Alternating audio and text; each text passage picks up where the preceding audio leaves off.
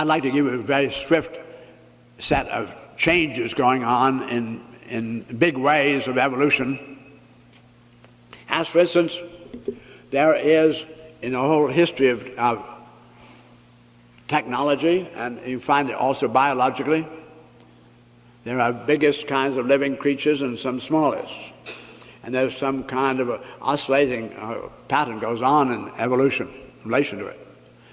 But in developing, for instance, a new tool, there's a history of our first mastering a principle, like discovering how to build a ship, and then the ship we get bigger and bigger ships. Then we get finally to really an optimum size ship for the largest waves. Then if they're going to have a bigger ship than we have, for instance, than Queen Mary, it would not have to, it gets to a point where it is now up on top of an enormous wave, has enormous cantilever function. Then if it's going to really go on, now it'd have to be able to span between two great seas. It'd have to be twice the size of Queen Mary. At this point, men began to discover how to make lighter, more powerful, capable ships. So the Queen Mary was the biggest. We got to 85,000 tons. Then suddenly the steamship United States was built at 45,000 tons, just a little more than half. She was able to carry the same number of passengers, the same amount of cargo, and the same rate of turnaround and round-trip transoceanic trips. So they were suddenly smaller doing it. Then within a year or so, 2 airplanes began to demonstrate the capability to outcarry the passenger transport of either of those ships in a year. Just two airplanes outdid them. So suddenly they lost their significance altogether as the transoceanic passenger carrying. And they began to just get into use as cruise ships and so forth, which has its own very important educational function and so forth, world society. But the point is we get to a biggest, and then we get to elephantine, and then we can go smaller. And then as it's gone in all of our machinery, all of our technology does this, and then we begin to get miniaturization. We get down into the transistors and something even smaller. So we've gone through that biggest thing. Now in the history of man organizing himself in large states with his working assumption there's going to be Armageddon, they're going to have your professional soldiery. We went through the period of men early, just each one with his own club and stones and slings. Then they got to swords. And sword play was very, very swift. And the sword, if he was very swift, then it seemed to be fast in the eye, and he could make the coup de grace. Now, then came the pistol. And whoever could hold his pistol without jerking it and squeeze the trigger without jerking it quicker than the other man got his bullet away, and the other man, you found only one bullet got in the air. The other bullet didn't get away. We have the bullet getting faster and faster than the eye. This kind to be a kind of game where you felt the eye was very much at a disadvantage. And we got into all kinds of controls of these armaments. Now the armaments began then carrying greater hitting power, greater distances, greater accuracy. And finally came through World War II, and out of it, after it suddenly came this rocketry and came the atomic bomb.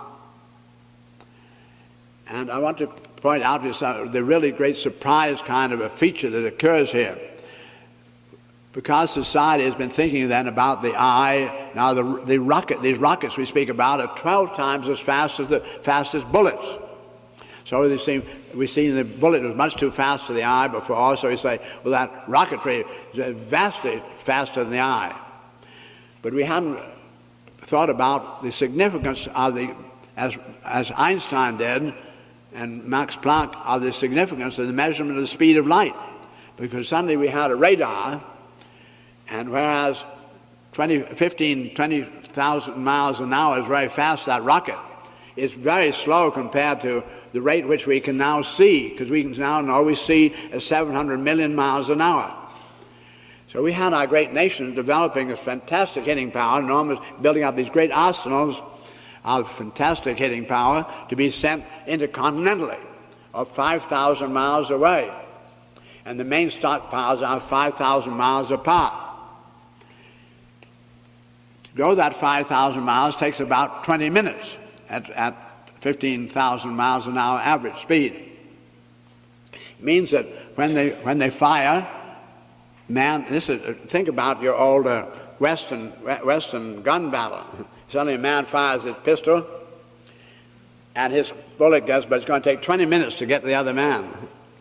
But it's so designed that the other man can't escape it. No matter where he goes, it's going to follow him and hit him in 20 minutes. So this man sees it's coming, and so he's got 20 minutes to do something about it. So he's got plenty of time to get out his pistol, and he fires, and he's got a bullet that's going to find the other man. And the other man, so both men are doomed to die.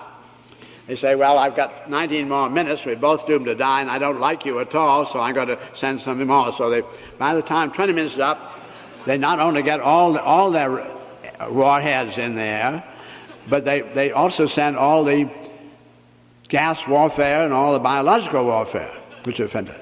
So by the time 20 minutes is up, it became perfectly clear that they both have so much in the air that they would not only wipe each other out, but most of the rest of humanity would soon go, because they'd leave the earth absolutely untenable. It's very fascinating. There was something called all the great war games as played from Moscow, Peking, Pentagon, all playing on what are called von Neumann game theory. Von Neumann game theory assumes that one side is going to have to die. It assumes Malthus to be correct. It's called sum zero or drop dead. One side is going to have to drop dead. And in that game theory, if it is easy to demonstrate now mathematically that if one side makes one altruistic move, that side is going to lose.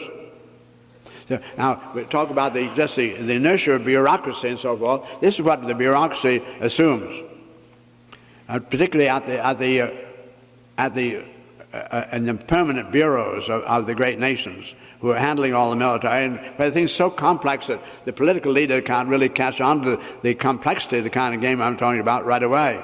So the bureau keeps carrying on and saying, all right, we have to simply warn our political head that this condition is this way, and he's going to make a very crucial decision. The fact that one altruistic move would mean you're going to lose means that all the exchanges of words between great nations, you may wonder how they can be so crude and so completely lacking in any warmth. In fact, go the other way.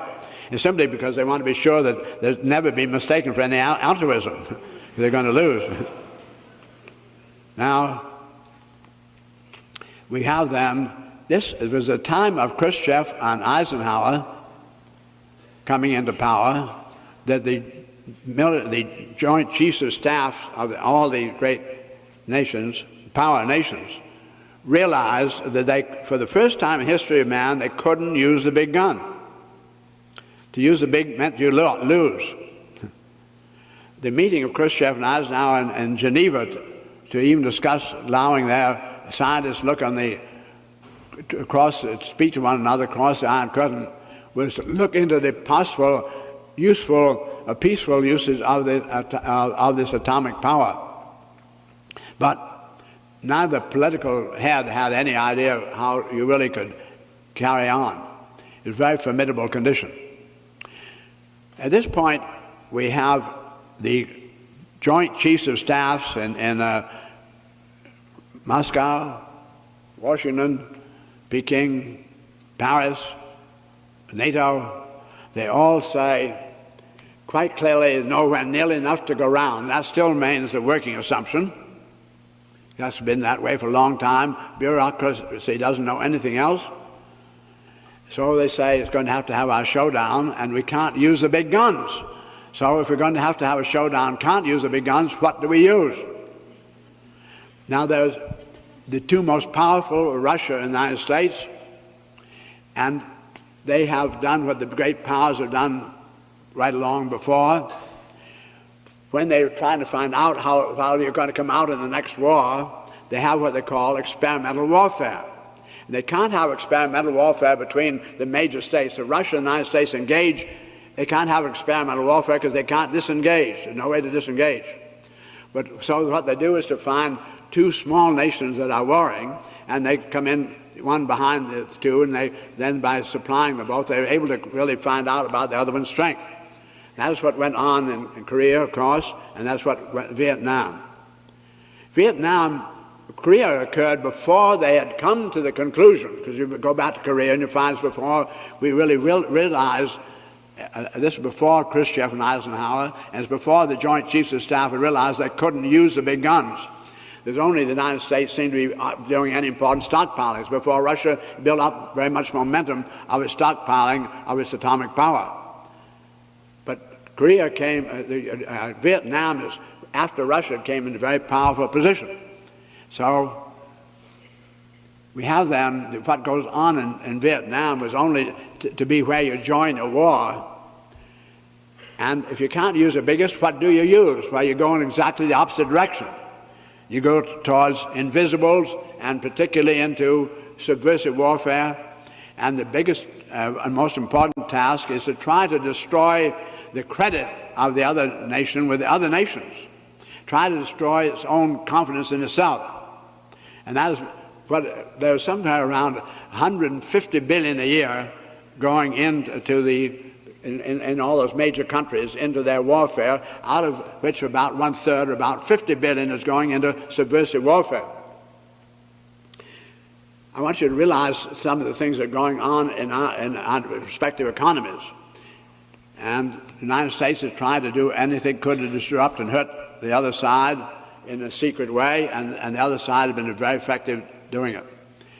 And Russia, I now make an announcement to you, and that is that World War III is now over.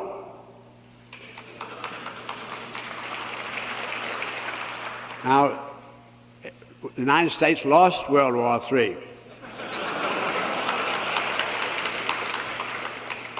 This is quite extraordinary, because the Russians discovered that the United States had a fundamental weakness, and that was the free press.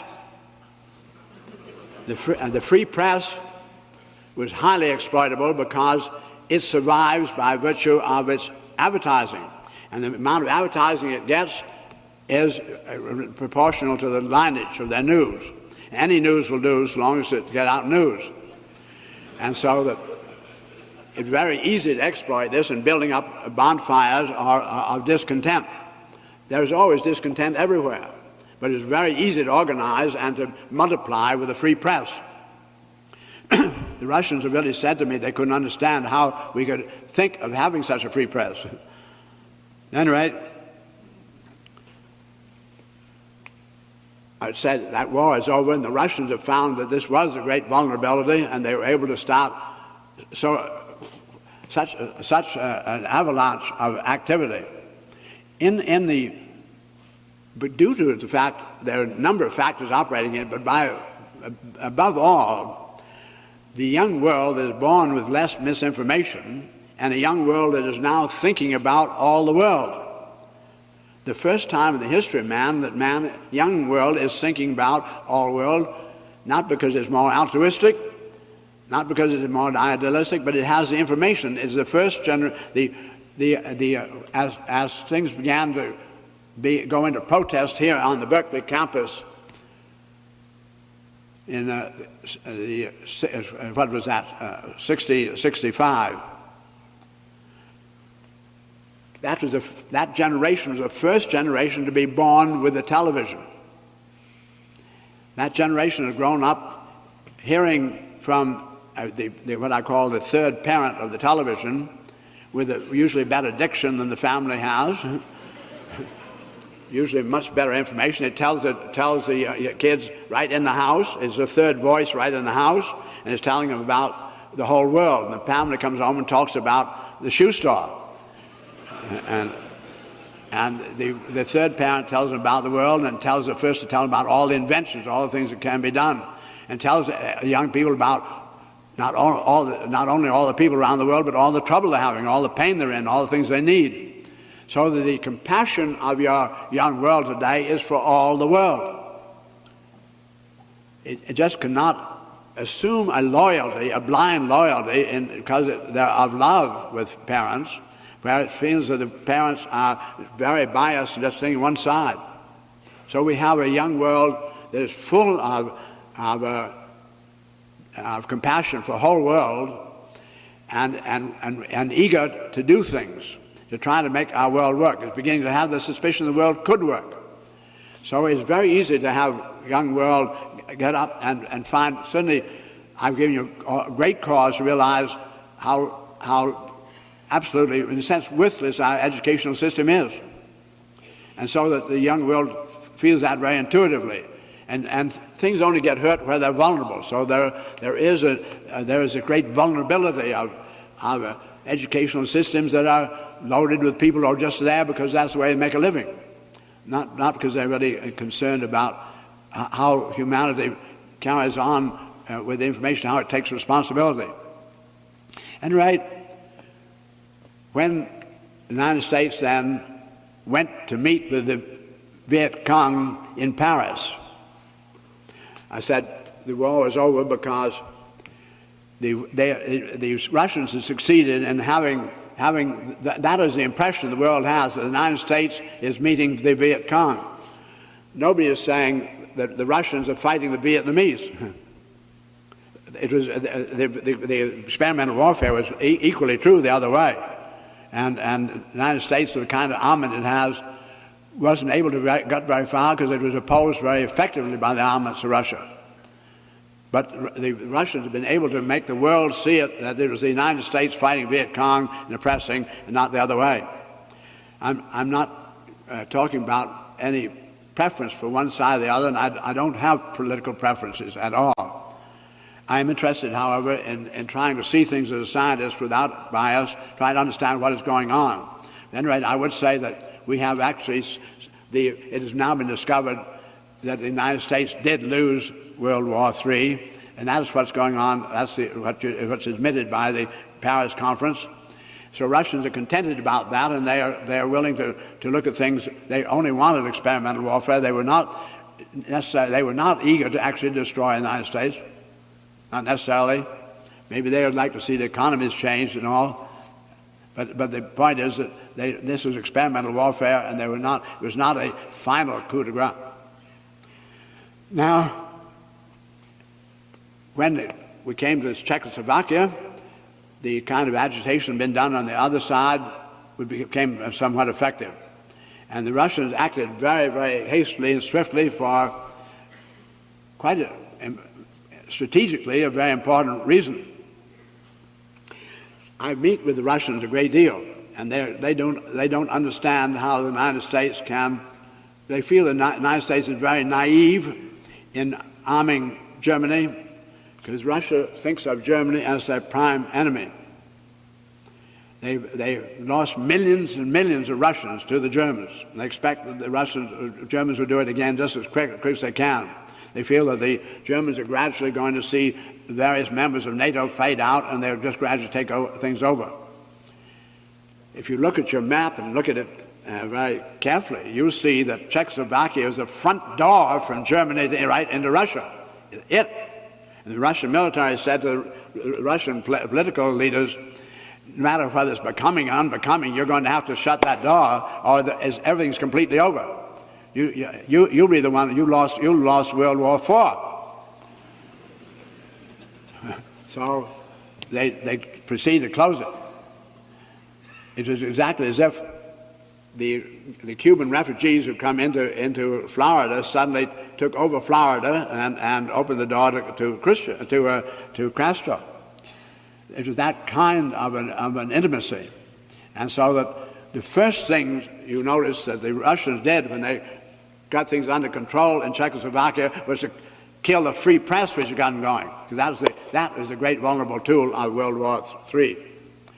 Now, something you all observed, which is that in World Wars I and II, which were great industrial wars, the consequence was that the loser had all the things that were really hangovers and ancient and were making their economy inefficient were wiped out. And they suddenly were given an absolutely brand new chance, and they became powerful overnight, as Japan and Germany have. I think it's very interesting then that the United States, having lost World War III, it may be that we will come out of it with very great strength. Because I don't think I could talk as I'm talking to you tonight if it wasn't gradually emerging in the minds of all of humanity what some of the problems really are. This has been highly educational.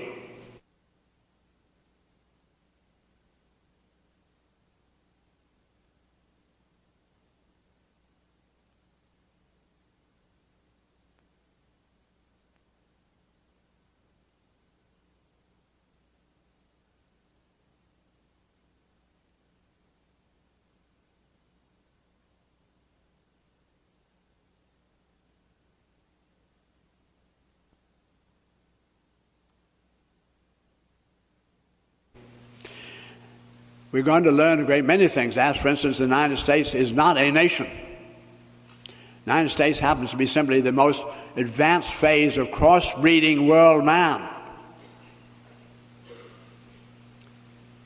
And I know by experience, as I travel around the world, and I do travel around the world a very great deal, as I talk to the Arabs, I find them having as individuals, have no animosity whatsoever towards the Israeli and vice versa. I find human beings everywhere around the world well disposed to the others, feeling they're being put upon by their political leaders. I find, as you must know, and anybody knows, there is nothing going on between the Arabs and Israeli fundamentally at all. All that the back of it is simply that when it comes to the war and hitting power, the great military machines say, who's going to own that Arabian oil? That's all it's about. That's all. These are very, very stark things. Now, I'm taking quite a lot of your time, but I don't think man has much time. I think we're in a very critical position in the fate of humanity aboard this little particular spaceship. I think we have to review things as rapidly as we can.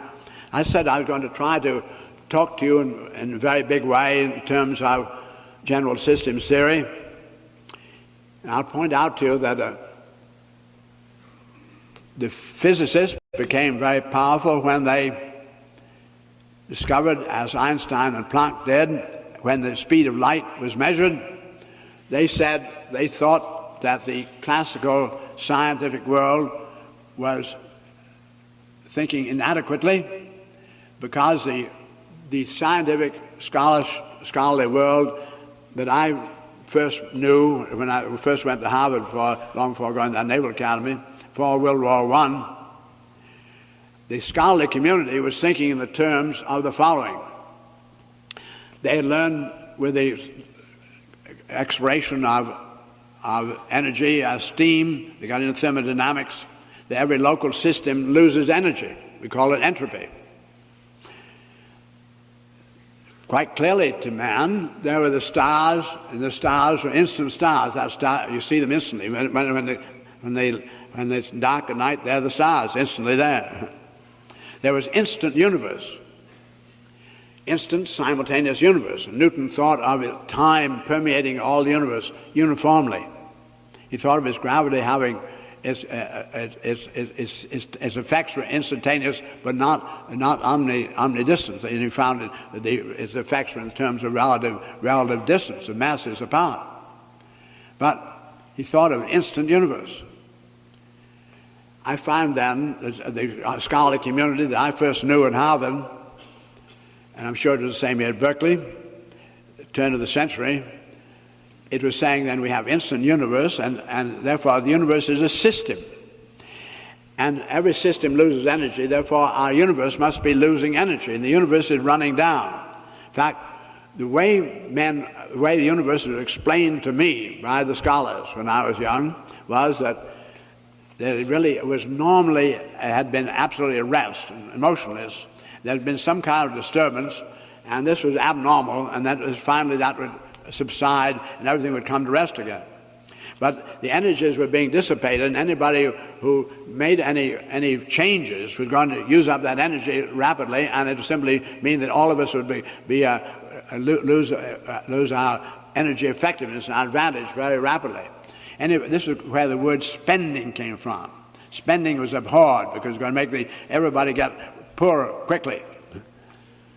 Now, Einstein and Planck said, now that we see there's a speed of light, and it takes 8 minutes for the light to come to us from the sun, and the next nearest star takes 2.5 years for the light to get to us. Then look at this star here, and we're seeing a live show taking place 30,000 years ago, and right next to it we're seeing a show taking place 7,000 years ago. In fact, all of these shows coming to us are coming from thousands of years apart. So they said the universe is an aggregate of non-simultaneous events.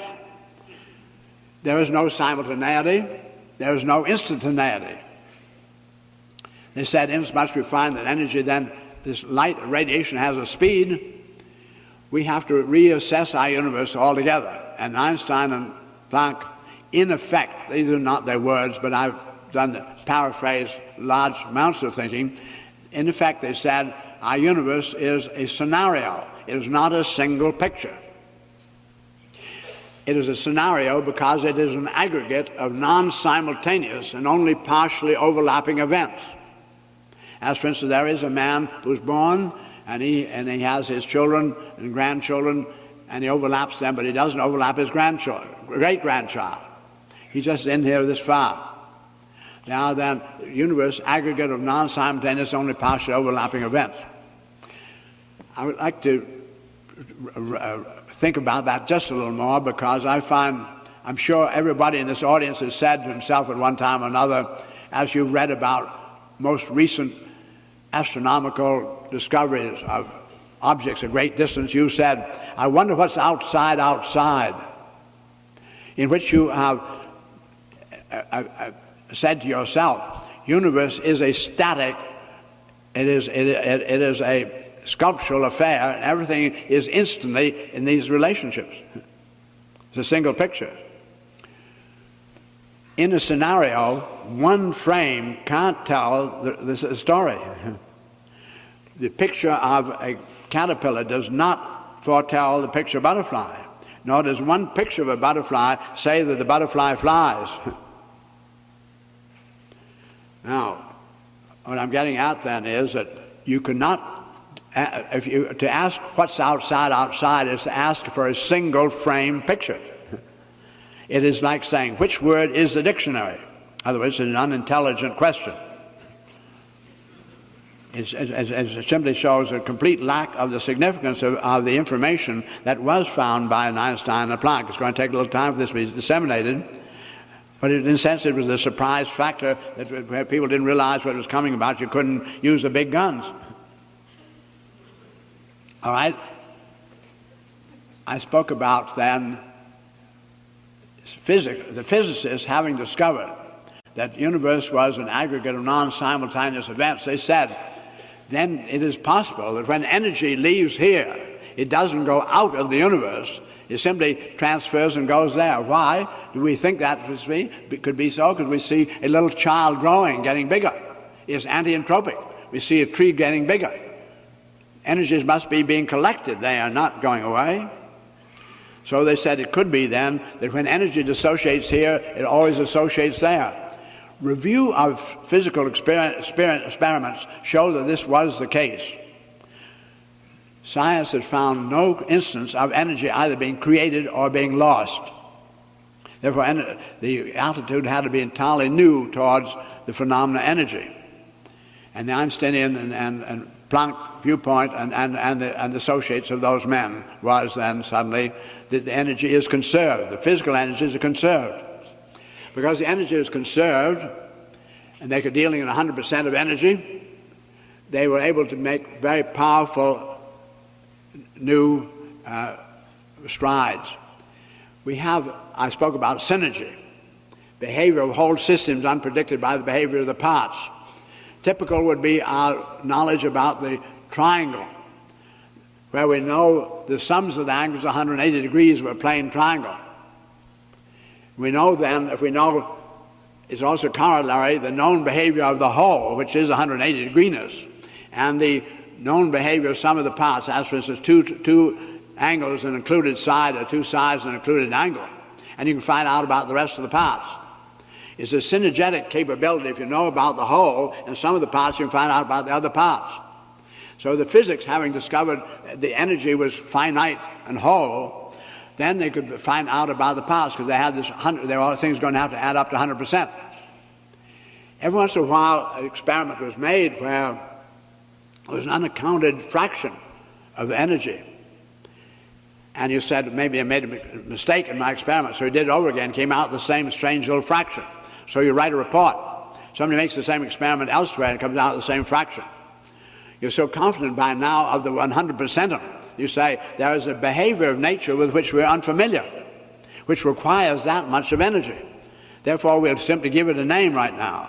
And later on, we will, and they usually do, isolate it, and then find out just exactly what that behavior is.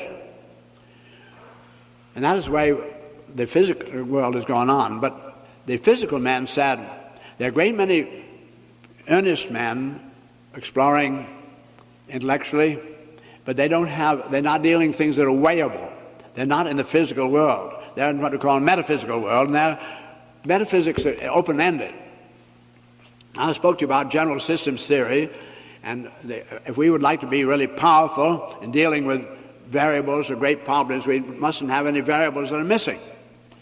And because a very important part of our life is our thinking, and is weightless, it is metaphysical, we find then the mathematics completely weightless, that we will not be very strong unless we have some way of coping with all the variables in the metaphysical as well.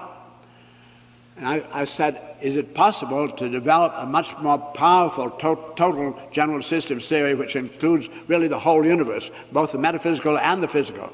Physical is already harnessed. Can we master the metaphysical? And I found that we could, because describing the universe, and in the terms of experimental science, we have to describe in the terms of experience. So if we describe our universe in the terms of experience, we find that we have to describe the universe as the aggregate of all of humanity's consciously apprehended and communicated experiences. What else are we talking about? This includes everything. It includes all the becoming, the growing, all the successive experiences of having a little more facets on the same phenomena, whatever it may be. That being our definition, we find that all experiences have beginnings and endings, because our experiencing is discontinuous. It's in packages waking up and going to sleep, in 20 and 60 cycles per second packages of seeing, getting down to quanta themselves, energy quanta, which are discontinuous. An aggregate of finites is finite. Our universe is described as finite, but as we saw in that great scenario as described by Einstein, we have a universe then, not only the physical universe, but the metaphysical universe is an aggregate of non-simultaneous and only partially overlapping events. This means then, and one frame can't do it, so it means the universe as defined, though it is finite, is non-unitarily conceptual. What man used to think about as being infinite was non-conceptuality. I find that the universe is totally finite but non-conceptual, and we find that what we call thinking or conceptuality is a subdivision of universe. We take out a limited number of experiences and we find their relationships.